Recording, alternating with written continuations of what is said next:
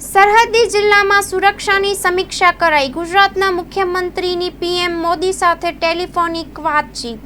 Operation સિંદૂર બાદ ભારત અને પાકિસ્તાન વચ્ચે તણાવ વધી રહ્યો છે. આ સ્થિતિમાં બનાસકાંઠા, પાટણ સહિતના સરહદી વિસ્તારોમાં પણ એલર્ટ જાહેર કરાયું છે.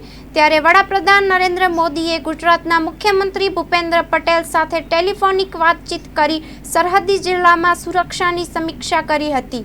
આ અંગે મુખ્યમંત્રી ભૂપેન્દ્ર પટેલે સોશિયલ મીડિયા પ્લેટફોર્મ ટ્વિટર પર પોસ્ટ કરીને જણાવ્યું હતું કે વડાપ્રધાન નરેન્દ્ર મોદીએ મારી સાથે ટેલિફોનિક વાતચીત કરીને સરહદ પર સર્જાયેલી પ્રવર્તમાન તણાવની સ્થિતિમાં ગુજરાતની સરહદી રાજ્ય તરીકે સજ્જતા તથા રાજ્ય સરકાર દ્વારા હાથ ધરાયેલા આગોતરા આયોજનની વિગતો મેળવી હતી અને આ સંદર્ભમાં જરૂરી માર્ગદર્શન આપ્યું હતું.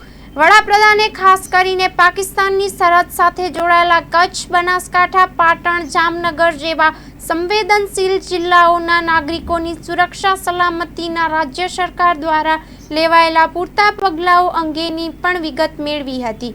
તો બીજી તરફ રાજ્યના મુખ્યમંત્રી ભૂપેન્દ્ર પટેલની અધ્યક્ષતામાં સ્ટેટ ઇમરજન્સી ઓપરેશન સેન્ટર ખાતે આજે બેઠક યોજવામાં આવી હતી, જેમાં મુખ્યમંત્રીએ સરહદી જિલ્લાની સ્થિતિની સમીક્ષા કરી હતી અને રાજ્યના અન્ય જિલ્લાઓમાં સ્થિતિ અને સતર્કતા સંદર્ભે ચર્ચા કરી હતી, જેમાં કચ્છ, પાટણ અને બનાસકાંઠા જિલ્લા કલેક્ટર તથા એસપી સાથે સમીક્ષા કરી હતી.